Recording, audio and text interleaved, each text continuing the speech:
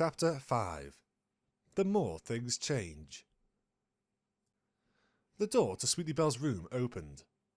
The sun had just begun to peek over the horizon outside, shining its light against the closed curtain. "Sweetie Belle, time to get up!"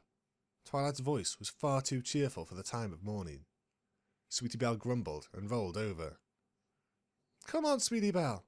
Aren't you excited for your first day of school?" She looked at the wall.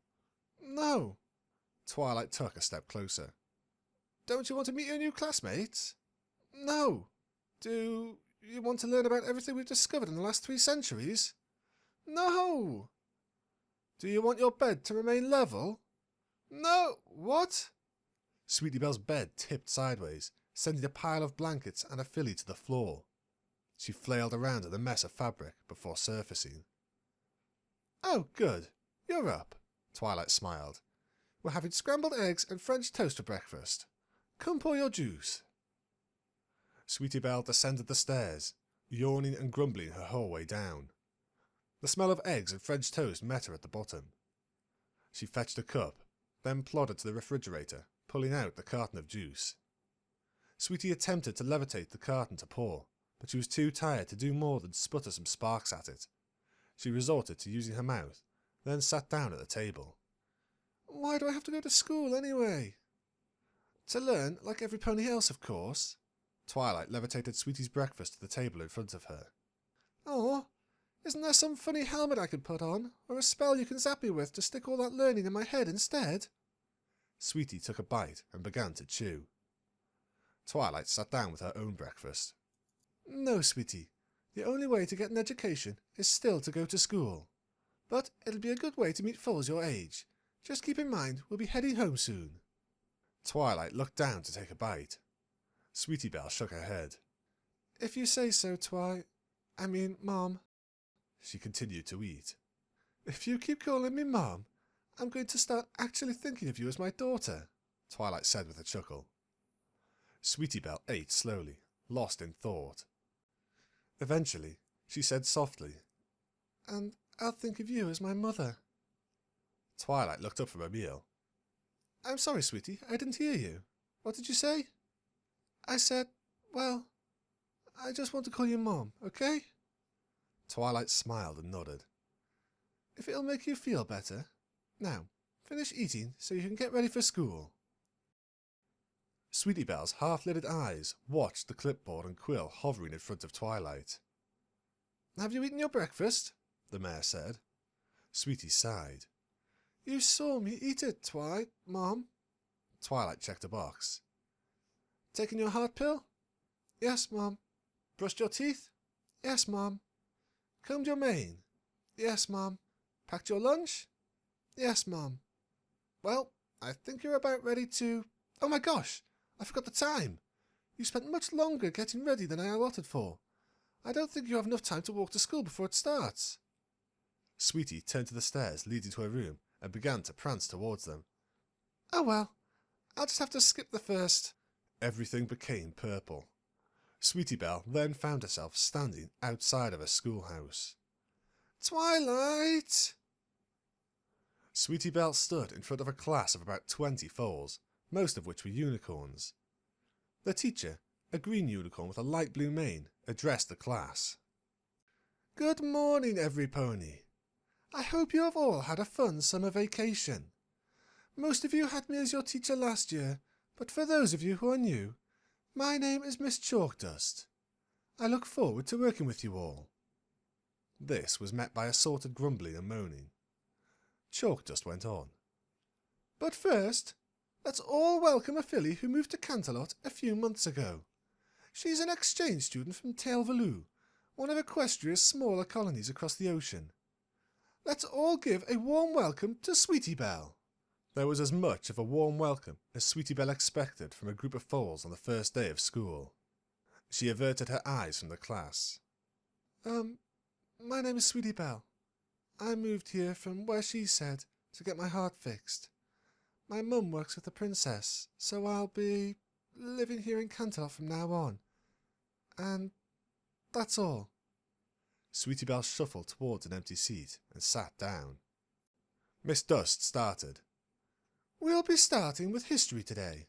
Now, I hope you've all read your assignments over the summer, and, like I said before you all left, I'm giving extra credit to any pony who visited one of the war memorials and could turn in an essay about your experience there.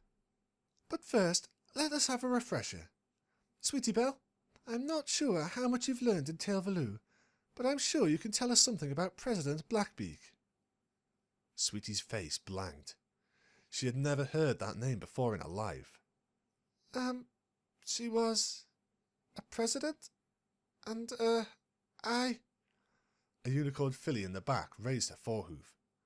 Miss Dust looked over to her. Yes, Pretty Penny? Pretty Penny stood up. Mr. Blackbeak was the general in charge of the Loyalist forces in the Griffin Civil War. He personally led the charge in the Battle of Bluefeathers Pass, where he routed the rebel forces. And General Blackbeak was later elected as the first president of the reunified Griffonia. She looked at Sweetie Belle. Any school filly knows that. Thank you, Pretty Penny, although that last part was uncalled for. Sweetie Belle groaned and put her head in her hooves. This was going to be a long day. Sweetie sat at the edge of the playground, eating her lunch and gazing up the mountainside at the castle above. Names and events swam around her head. Generals, battles, spell developments, lunar colonization attempts, nations rising and falling. All things that should have happened after she was dead, which, Sweetie supposed, she technically was. Sweetie Belle closed her eyes and began to sing softly to herself. Friends and family, smiles and laughter, they are so far behind me. But I'll never forget the times that we shared, since memories are now as close to my home as I'll ever get. Sweetie hummed a few more bars before she heard hoofsteps and whispering behind her. Did you hear that? That was beautiful. Let's ask her. Go ask her then. I asked the last one. It's your turn. Sweetie opened her eyes and turned to see a new pair of ponies, a unicorn colt and an earth filly. Ask me what? The colt approached her. Well, you see, we were just passing by, and we just so happened to overhear. The filly sighed and pushed her friend out of the way. What Spotlight is trying to say is that we're forming a Foals theatre group, and we could use a female lead for our musical numbers. She pushed an orange strand of hair out of her face. And you have an awesome singing voice. I'm Applecrisp. What's your name? Sweetie Belle. But you want me to sing? Like, in front of a crowd? She shifted backwards. I couldn't. Wait. She looked at the pale yellow filly. Your name's Applecrisp? As in, the apple family? Applecrisp rolled her dark blue eyes. Yes, I'm an apple. Yes, I've been inside one of the Magiponic bays. No, I don't know how they work. No, I can't get you free food. Sweetie raised a foreleg. No. I didn't mean anything like that. I knew an apple. She was a very good friend of mine. She's gone now. She looked down. Oh. I'm sorry. I didn't mean to be rude. See you around then. Applecrisp turned to leave. Sweetie Belle's eyes stayed on the ground, moving back and forth. She looked up. Wait. I wouldn't mind hanging out with you sometime. But I'm not saying I'll sing for you, all right? Cool. Let's meet up after school. She walked away with Spotlight, whom she elbowed in the ribs. Told you we'd find a singer. You think so? He replied. The school bell rang out, summoning the foals back to several more hours of boredom. Sweetie Belle left the schoolhouse, feeling stupider than when she had entered. Outside, many of the foals began their walks home, while the more well-to-do had carriages waiting for them on the street. Many foals had parents standing around, waiting to pick them up instead. Upon scanning the crowd, Sweetie discovered that she was among them. Sweetie Belle, Twilight said, approaching her. How was your first day of school? Sweetie gagged. I have all this new history to learn, and it stinks. And now I have to write 500 words on why Equestria fought in the Griffin Civil War. Hey, Mom, do you think you can get me an interview with Princess Celestia? Tonight? I bet I'd get extra credit if I got an answer from her. I think your teacher would prefer that you used your textbooks. Twilight looked towards the road. Are you ready to head home? Actually, I was going to hang out with a couple of ponies I met at lunch. In fact, Sweetie looked around. There they are! Apple Crisp, over here! Sweetie waved the filly and colt over. Mum, this is Apple Crisp and, Spotlight. That was it. Apple Crisp looked at Twilight. Hey, you're the princess's new high magician, aren't you? Didn't know you had a kid. Nice to meet you. Spotlight bowed and avoided Twilight's gaze. Pleasure to meet you, Magician Sparkle, he stuttered. Twilight grinned and raised a hoof. You don't have to act like that or anything. Outside of the castle, I'm just Sweetie Belle's mother. She tousled Sweetie's mane. Sweetie disengaged from Twilight's hoof. Anyways, I'm going to have fun with Apple Crisp and Spotlight for the afternoon. I suppose if I'm going to be a responsible mother, I should ask where you're going to be. Apple Crisp tossed a head towards downtown. We're just heading to the sea, about 4 blocks east from here. I'm going to show Sweetie Belle around the place, see if she's interested in joining up with the proper pony performers. Working title. That sounds like a great idea, Sweetie Belle. It'll be great for you to be able to play with foals your own age again. I'll come by at sunset if you're not home by then. I don't want you to be wandering Canterlot alone at night. Yes, Mom. Come on, Apple Crisp and Spotlight. Let's go see what you want to show me. The 3 foals ran off. Twilight looked towards the schoolhouse. I wonder if I should study a little history myself, or would that risk a paradox when I get back? She scratched her chin. A few minutes of walk brought the trio to the complex. When they rounded the corner, Sweetie Belle froze. There were many brick buildings around the complex, some with chimneys, most without. All had windows of varying sizes. Some were small, others very large. Stone pathways ran between them, with neatly trimmed grass filling out the area. To one side, the fields for various sports sat, with foals using one to play some game. On the other was a simple, yet sizable playground. On the far end, Sweetie could see something mechanical, although she couldn't identify it at that distance. But what captivated her was the sign at the front. It was of a blue shield with a yellow silhouette of a filly superimposed on it. The text underneath read, "The Cutie mark, Crusaders." Sweetie just stared at the sign, at the logo she herself had designed centuries before. It's... Apple Crisp walked in front of the sign. What? You've never heard of the Cutie mark Crusaders? They're this big organisation that's all over Equestria. They've set up complexes like this one, filled with all sorts of stuff. If a foal thinks she can find a special talent, the Crusaders are there to help. Like the science building over there. She pointed at the modestly sized building with multiple chimneys and small windows. Most foals don't have access to microscopes and potions and fancy magic crystals and unicorn amulets. Just can't afford that stuff, you know. So, some pony comes here, gets to use all the Crusaders equipment, and maybe she gets to walk away with a cutie mark in science. Sweetie looked at the buildings, mouth agape, while Apple Crisp went on. There's the science building, the art building, the carpentry building, the mechanic building, they have an old train back there, the hoofball field, the big pool, but the place I want to show you is the theatre. Apple Crisp and Spotlight led Sweetie Belle past the buildings. Sweetie looked around in wonder at what her club had created. Foals fresh out of school filtered into the buildings to seek their talents. The trio approached an open area with a small amphitheatre at one end.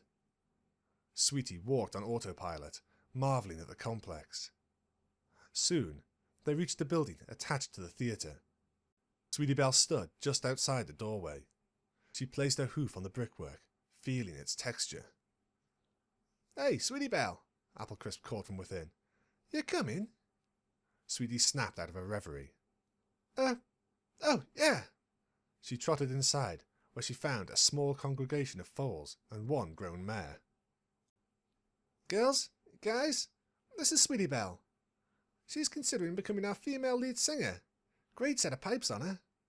Sweetie Belle, this is Miss Wingnut, Applecrisp said, motioning to the adult. She keeps us out of trouble and handles all the boring grown-up stuff. I'm the director, naturally. Spotlight is our lighting cult. He does amazing things with colour. Applecrisp went around, introducing the rest of the cast. At the end of the introductions, Wingnut kneeled in front of Sweetie. Hello, Sweetie Belle. You're interested in becoming a singer? Sweetie Belle looked around. Well, Applecrisp overheard me singing and wanted me to come by.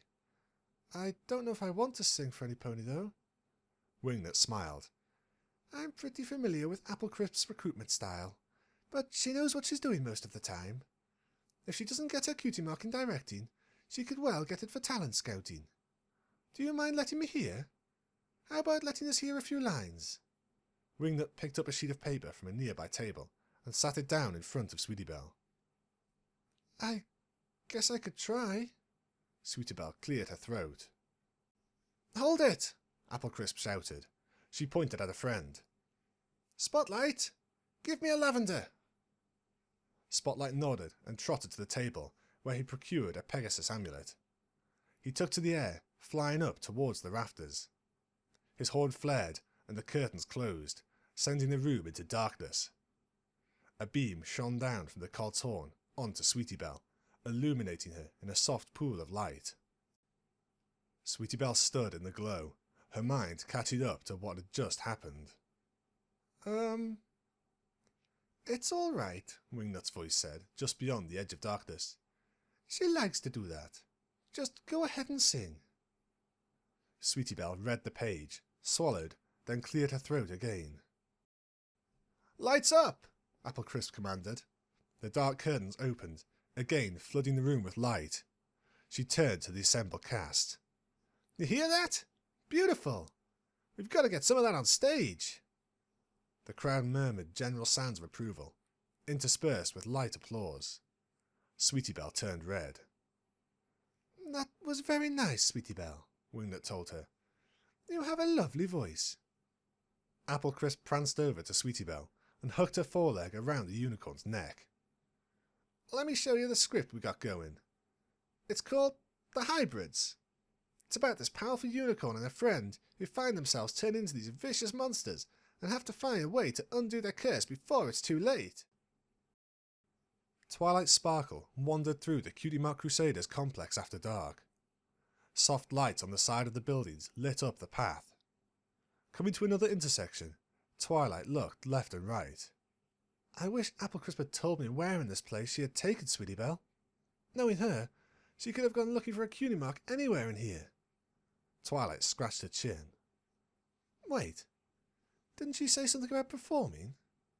I should look for any performance arts buildings.